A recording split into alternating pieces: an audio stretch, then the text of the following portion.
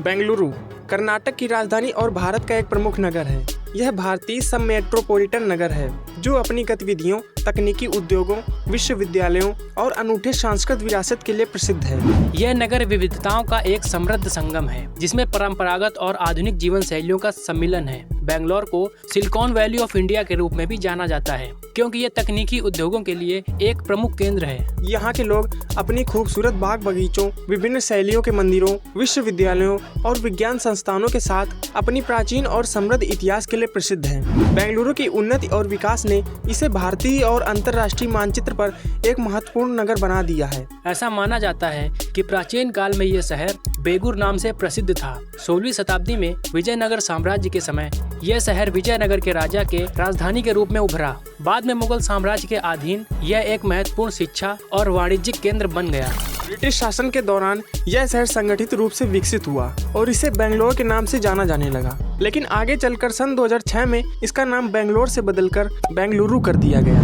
2196 वर्ग किलोमीटर में फैले इस शहर में लगभग 1,32,00,000 लोग निवास करते हैं, जिनमें से 80% लोग हिंदू, 13% मुस्लिम, 6% ईसाई और शेष 1% में अन्य धर्म के लोग रहते हैं। इस शहर में सेक्स रेशियो 923 महिलाएं प्रति 1000 पुरुष पर है। इसमें पुरुष साक्षरता दर 91% और महिला साक्षरता दर 85% है। जनसंख्या 2011 के मुताबिक बेंगलुरु में 46% लोग कन्नड़ बोलते हैं। इसके अलावा बेंगलुरु में तमिल, तेलुगु, हिंदी, मलयालम, मराठी और कोंकणी भाषा भी बोली जाती है। इसके अलावा इस शहर से वृषभवती और अर्कावती नदियां होकर गुजरती हैं। इसके साथ ही शहर से लगभग 100 किलोमीटर दूर कावेरी नदी बहती है जो इस शहर की लगभग 80% जलापूर्ति को पूरा करती है। इसके अलावा इस शहर के खाने की बात की जाए तो यहाँ पर masala dosa, idli vada, filter coffee with bhaji, medu जैसे डिशेस प्रमुख हैं। साथ ही मीठे में यहाँ की मैसूर पाक मिठाई बहुत ही चाव से खाई जाती है। बेंगलोर में शिक्षा की बात करें तो यहाँ मौजूद विश्वविद्यालय और शिक्षण संस्थान बेंगलोर को उच्च शिक्षा का एक प्रमुख केंद्र बनाते हैं,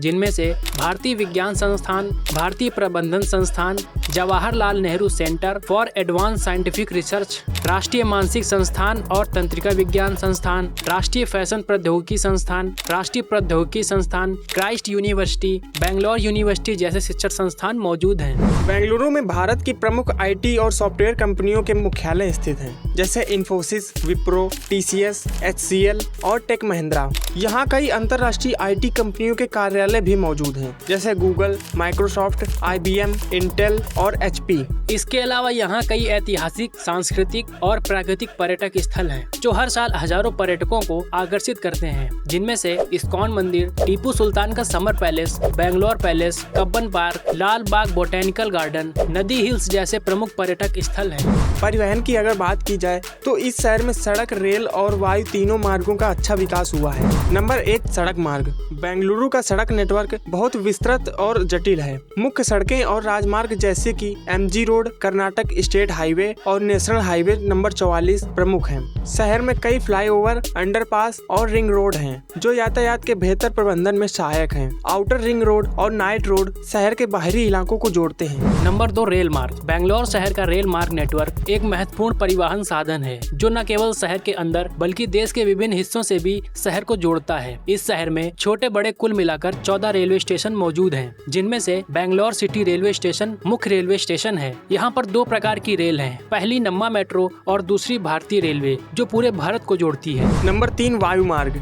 बेंगलुरु भारत का तीसरा सबसे बड़ा शहर और चौथा सबसे बड़ा महानगरीय क्षेत्र है। यह घरेलू और अंतर्राष्ट्रीय स्तर पर सभी महत्वपूर्ण स्थलों से हवाई मार्ग से अच्छी तरह जुड़ा हुआ है। यहाँ पर केम्पेगौड़ा अंतर्राष्ट्रीय हवाई अड्डा है। यह भारत का तीसरा सबसे व्यस्त हवाई अड्डा है। तो उम्मीद है दोस्तों आज का ये वीडियो आपको जरूर पसंद आया होगा। तो हम फिर मिलेंगे अगली वीडियो में एक नए शहर की जानकारी के साथ। धन्यवाद।